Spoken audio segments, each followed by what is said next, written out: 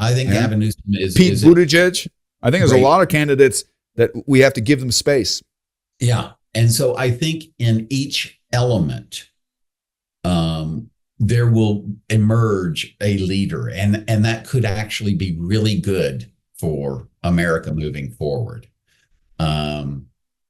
So we'll have to wait and see. But I think until yeah. you get to that point where you split this out, the real leaders, the good leaders, leaders that we really yearn for, are going to get drowned out.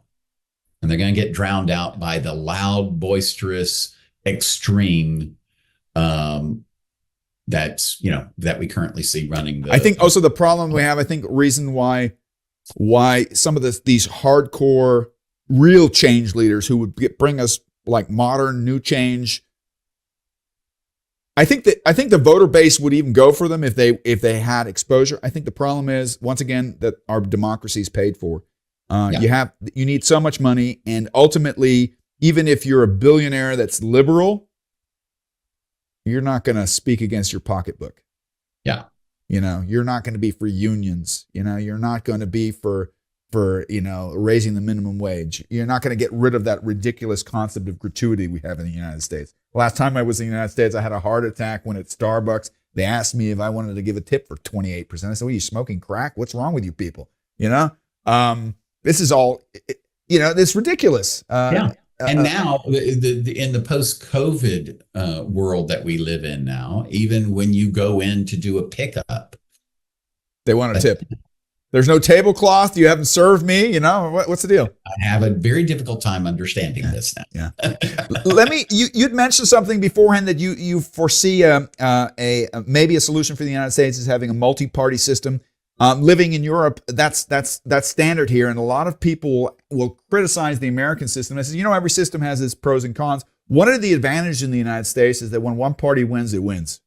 Yeah, and then they basically rule. The kind of the balancing out of that is, do they manage to survive 4 years and dominate the Senate and the Congress, which is usually kind of makes them dead duck. That whole dead duck concept.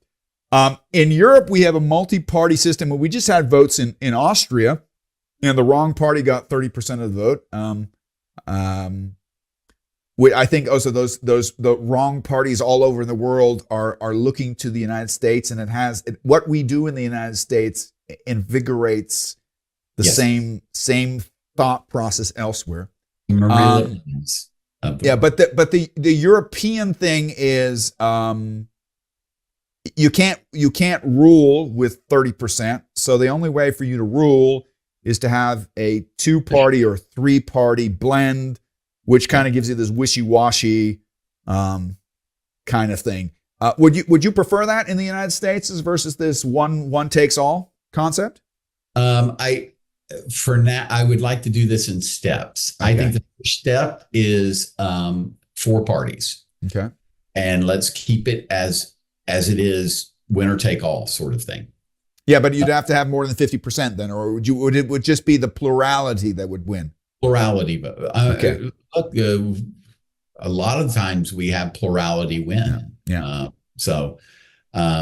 Plurality vote, and I would even be amenable to seeing a runoff, maybe if there was. Or one party could endorse the other and transfer their votes, something like that. Okay.